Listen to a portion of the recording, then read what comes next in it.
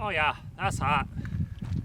Hello everyone, today we are talking about my Palmetto State Armory Cold Hammer Forged Premium Line AR-15 kit that I received for review.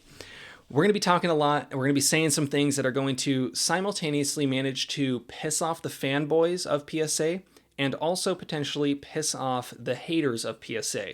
We're going to say a lot of nice things. We're also going to say a lot of very mean things about this gun. We'll talk about feel, reliability, accuracy, credit card theft, and the fact that this gun, when I received it, was completely dead on arrival. This was a review that started off rough and I think ends very smooth. I'm very happy with how this has turned out, so let's get into it. But before we do, I do want to say thank you to everyone that continues to like, comment, subscribe, supporting this channel, helping defeat the algorithm because it really does not like me lately, but it is what it is. We're going to keep chugging through. I'm going to keep producing these videos. I really appreciate your support. Apparently, YouTube is removing the dislike button, so that's convenient since I'm probably going to piss a lot of people off with this review. So let's get into it. Thank you, everyone. Let's go. I received this PSA kit, which was everything that you see here except for the red dot, the light and the mount, the rear iron, and the lower receiver. So basically, if you got one of these kits, all you would need would be a lower receiver and some sort of sighting system. If you're going to be using this as a defensive gun, I would highly recommend you pick up a flashlight. Flashlights are very crucial. Don't shoot at noises. Only shoot at what you can confirm is actually something that needs to be shot about. Know your target and its surroundings, that kind of thing. It's one of the basic rules. So for me, a light on any sort of defensive firearm is a must. But you can get these kits, depending on the times, depending on the year, from anywhere from $450 up to about $700 at the peak. But I've seen these come down into the $600 range, and it's trying to be Palmetto State Armory's premium line. Now, when it comes to the inexpensive, cheap beater ARs, I truly think there is no company that you should go with other than PSA. If you can afford a better gun, please buy a better gun. If it's going to be your only defensive firearm and you have the means, go ahead, spend more money.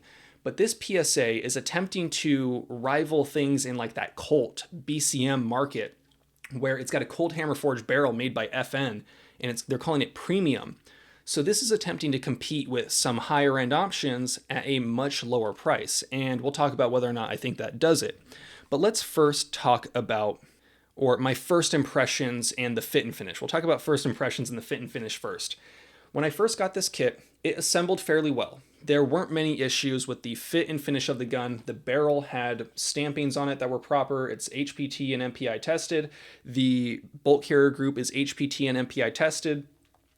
The finish, all good. Now, there are a few small parts that had issues. The safety that came with it, completely unusable. I could not actually get it to turn without grabbing a wrench or a hammer and a punch. So I said, screw it. When I film these videos and I record, I'm not going to show myself committing a felony. So I would have to put a fin grip on it, meaning that if I want to use the safety, I got to use an ambidextrous safety here. So I purchased this Radian, slapped it on, and that works. So it wasn't something to do with the lower, wasn't something to do with the detents. It was just the safety that they sent me. It wasn't machined properly.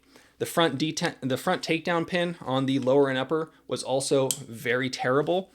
It was something that took a little bit of getting used to. I had to just use a little hammer and a punch. Eventually, it now works much easier where I can just use my fingers to remove it, but it wasn't worth replacing.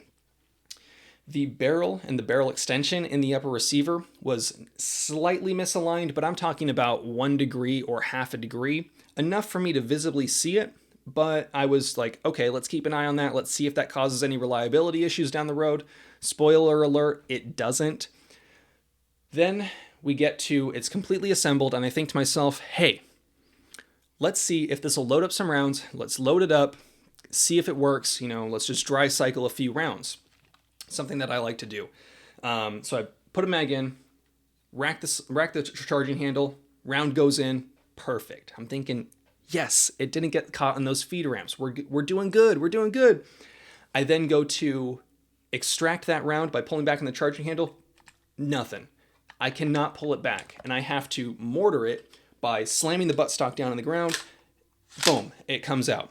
But that's not something that you should have to do to a gun. I think, okay, maybe it was a fluke. Try it a few more times, same thing. I think maybe it's the lower receiver. Let's put this upper on a different lower, try it again. Same problem, have to mortar it. And then I think maybe something's wrong with the upper, maybe it's not fitting in the lower, maybe there's something to do with the tolerances, it's hitting the buffer tube or something, who knows. So I take it out of any lower, put a round in. It's just the upper receiver at that point. Same thing. I have to basically like mortar it, like pull with the fucking power of like trying to pick up Excalibur, and it's not coming out. So I contact PSA. It takes them about 8 days to get back to me. I did not go through my representative. I very easily could have just been like, hey man, this kit that you guys sent me, it's bogus. It's not working. But I chose to go through the normal customer service line because I wanted to experience what that's like. I figured, hey, I haven't had to deal with PSA customer service in a long time. This would be a good idea for me to see what it's like now. It used to be really terrible. Well, about 8 days during the peak of the pandemic, during holiday season, they get back to me and say, yeah, send us a shipping label. I told them what troubleshooting I did. So they were like, yeah, this seems like he's pretty much got it under control. Let's send him a shipping label. I send it back to him. And then about 12 to 15 days later, I get an email saying, hey, this just came onto my desk. I am going to be taking a look at it. If you have any additional information, let me know. Otherwise, I'm going to begin my testing. Next day, which was January 8th, so about a month from the time that I initially contacted them, they send an email saying, hey, here's the issue. The bolt carrier group, the extractor spring was too tight, or it put too much tension, causing the round and the casing to get kind of like locked in place. Something to do with the extractor, I think, getting caught up inside the barrel extension. Not entirely sure, but they said they fixed it. They live fired a few rounds. It works. They dry cycled a few rounds and it works. I get it back, and we're about a month and a half later from me initially putting together my kit and contacting them about my issue, about what's going on. And I'm like, okay, sweet. All right, now I can finally go test it. Well, during that period of time, during that wait time, I experienced something that many people that purchase through PSA experience. My credit card information that I used to purchase a similar kit. So when I got sent this, I said, hey, I would love to also purchase a kit from you to give away to my Subscribestar members, which I might do again soon. They use my credit card. About a week and a half later, my credit card information gets stolen.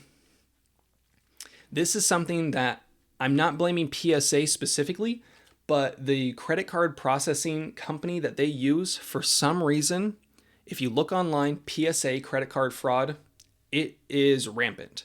If you're going to be purchasing something through PSA, I would highly recommend you use a service like privacy.com.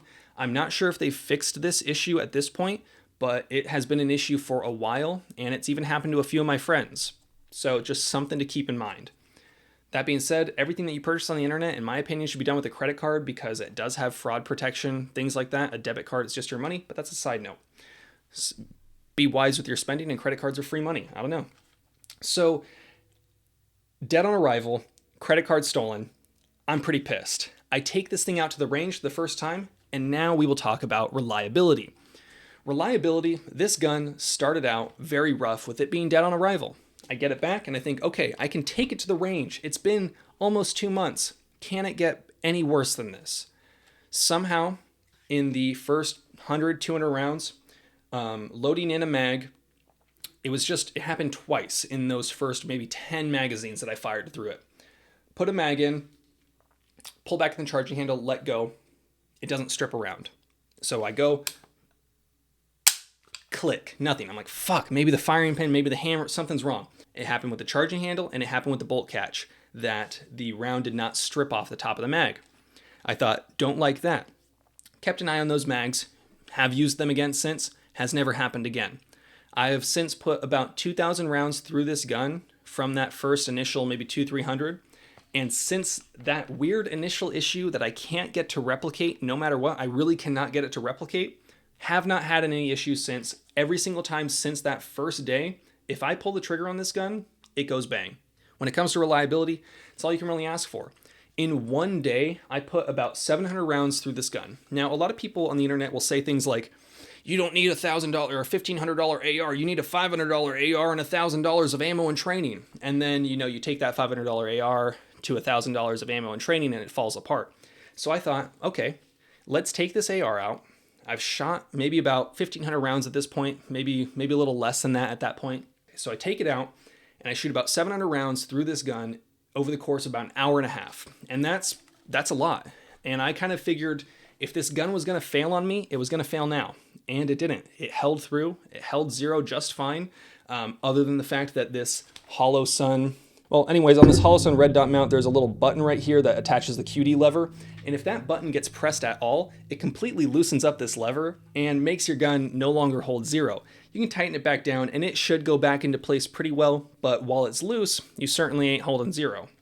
So other than that, this gun has been absolutely flawless, did not fall apart on me. The heat shield and the handguards did a great job of controlling that heat and keeping it from burning my hands when I was basically mag dumping after mag dumping. And, you know, people can say, oh, that's not useful. I was doing a lot of drills. I was shooting 1R1s. I was shooting transitions. I was shooting on the move. I was just shooting a lot over the course of an hour and a half, you know, doing some prone shooting, dumping 3 mags at 100 rounds, at a 100-yard target, just trying to see if I can hit it, boom, boom, boom, boom, boom, with 3 mags. I put a lot of ammunition through this gun, no problems whatsoever. It's been very reliable since then, and that's great to know. Now, talking about accuracy. I have to talk about this, but it's got to be very short because I have an astigmatism. So when I use a red dot, what normally looks like a nice crisp 2 MOA dot, to me, looks like roadkill. So when I shoot red dots, if I can get 3 MOA, I'm fine. And with this gun, I was getting anywhere from 2 to 4 MOA, depending on the ammunition. When I was shooting some reasonably nice 55 grain full metal jacket out of its 1-in-7 twist barrel, I was getting about 2-inch groups, and that's really all I can ask for. So 2 MOA with an astigmatism and a red dot in a non-free floated AR-15, being able to consistently hit a mini C-zone or basically a mini vital zone target. It's like a little bit bigger than an A-zone target at 100 yards prone, just pop, pop, pop, pop, pop, getting this gun really hot, pop, pop, pop, pop, pop, and still hitting consistently. I'm plenty fine with that sort of accuracy. So for me, it's been plenty accurate. About 2-inch groups is about as good as I can get, but that's about as good as I can get with any red dot because my eyes are special. Now, how does it feel? With a lot of these cheaper guns, with a lot of these cheaper ARs, companies, and even some of the premium manufacturers, they tend to want to overgas their gun for the sake of reliability. Do I think that's the right way to go? Not really. On the scale of gassiness, on this side, we'll say you have undergassed. You know, it's so undergassed that it's not reliably cycling around back every single time, but it shoots super soft. And then on this side, we have so overgassed that you can put an H3 buffer and it'll still cycle steel way too fast. There is a fine middle ground that many manufacturers choose to just stay over on this side and go for the overgassed side of the spectrum. This gun, I think, very much is very well gassed.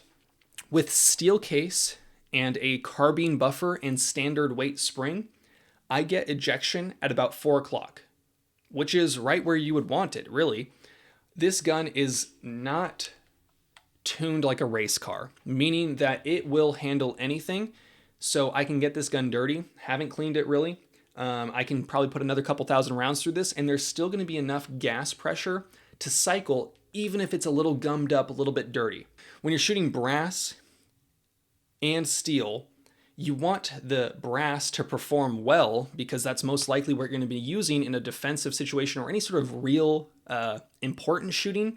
If you're shooting steel, for me, it's fine if it's on the little bit of the undergas side because the ammo itself is not loaded very hot.